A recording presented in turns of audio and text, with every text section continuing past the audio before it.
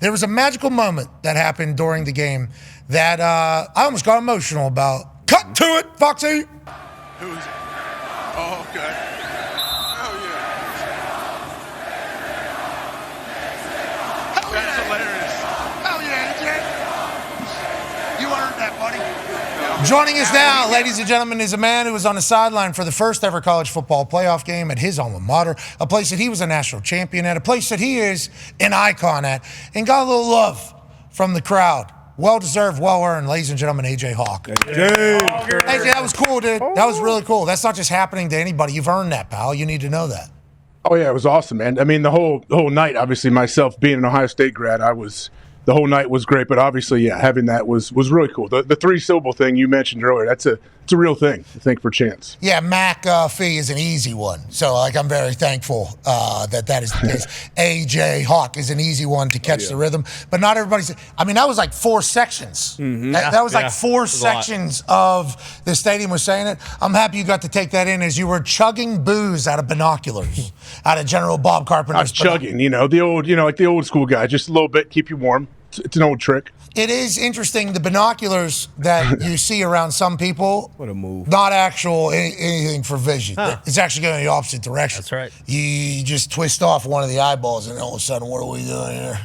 And normally you would think just one of the binoculars would be the case. That was a double barrel. The General Bob Carpenter was there to take care of many and himself. And the Ohio State Buckeyes get a massive win. They weren't the only ones. Penn State advanced. So did Notre Dame and so did Texas. All the favorites won and covered. Both of the cold teams won and demolished the warm climate teams. AJ, what's your takeaway from the first round? Obviously, there's a lot of chatter. We'll catch up with Kirk Herbstreit in about 40 minutes or so to get his thoughts.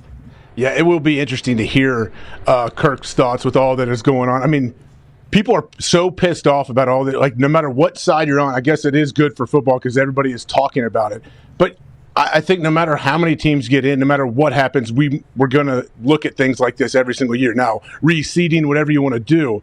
I mean, every game has to come down to the last possession and be within 3 points? Like, what do we want? Yeah, I think that is what people were expecting, like very good games. Mm-hmm. So whenever all of them were at least 3 or 4 score games at one point during the game, I think a lot of people said there's no way these are the right teams. But then you do some research, and there's a bunch of blowouts throughout the history of the college football playoffs, even whenever there was just 4 games. And then you even dive into the super wild card weekend. Joel Klatt pointed out, like even in the NFL, there's just some teams that are better than the other teams. That's why they're seeded higher. And there may be not as many good teams as you think there is. Maybe there's only a few good teams, and those are the ones that are seeded the highest, and then they are just going to beat the hell out of whoever is on the other side. I understand the Alabama people, South Carolina, and Ole Miss folks definitely have a gripe for not getting in, but I'd be doing the same thing. If my team didn't get in, I would do the exact same thing. Kentucky and watch the first beat round. one SEC team all year. All year. Who was the team they beat? Ole Miss. Oh. Well, give it up. Then Oklahoma to Alabama, second to last week of the year. And then, South Carolina started playing great ball towards the end. They only lose to LSU because of a crop call, kind of. Yes. That takes back a pick 6. So they should be the most. I think the South Carolina people should have been the loudest. They were not at all, actually. Shane Beamer came out and was like, beat Illinois. We're going to go to this bowl game. But I think Shane knows, like, going forward, they got we got a wagon. And I appreciate them not being as loud as everybody else, even though the people that are loud, once again, to AJ's point, we would have been just as loud if those were our schools. If West Virginia had that, I would have been, what are we talking about? And then Indiana's down by whatever, I'd be at West Virginia. I would certainly project my team into those situations, so I understand why people are doing that. But the reality is that a lot of these games are going to be blowouts, we think, going forward. Yeah, people are going to be even more mad when this happens in the second round. But the South Carolina thing is, like, that's what should be considered maybe, is like, okay, how was the last 6-7 games? Because they did close unbelievably, and the LSU call for sure, but they even lost another bad one early on as well. I forget which one. I'm completely blanking on it, but like maybe if they were going to reconsider some things, it would be like, hey, how is the last 6 weeks of your season? Who's playing the best ball now? Yeah, exactly. Who's playing who are the best teams in the country now? Well, then you're going to hear people say, well, you want me to schedule bad teams at the end then? You don't want to have conference games at the end of the season? Okay, yeah, we'll bring Mercer in at the end to see how that whole thing's going. There's always going to be things to bitch about, which is why college football is awesome. Football in general is fantastic. The cold, though, the cold And I had this thought last night, and I brought it up in the first hour, so I apologize for if you've been listening to the entire program for continuing to bring it up. Every national championship in college has been in warm climate. It's been in controlled climate, 75, 80 degrees.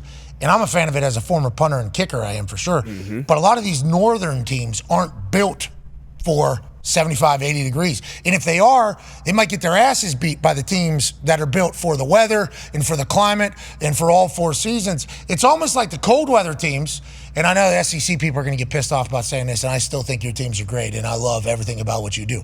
It almost feels like the northern teams have been kind of one hand tied behind their back going into some of the biggest games of the year, because what they're built for, you don't have to deal with, and who they are is not necessarily the best team for like a bunch of Lamborghinis. It's a fascinating theory, especially with how these cold games have gone. Now, everybody wants to talk about who was seeded where. It's like, I think any of those South teams go into that Ohio State game right there. With the way that cold was, I think they're going to lose, because I don't think they're built for it as much as the Ohio State Buckeyes are. Penn State as well. A lot of people are going to say, well, SMU was the team that was represented in the cold or whatever. SMU shouldn't have got in there. They look like a completely different team. Also Tennessee did as well in the cold. It's like, I think that cold being a part of a massive and important game for college football almost leveled the playing field for the first time in a long time between the northern teams and the warm climate teams. AJ?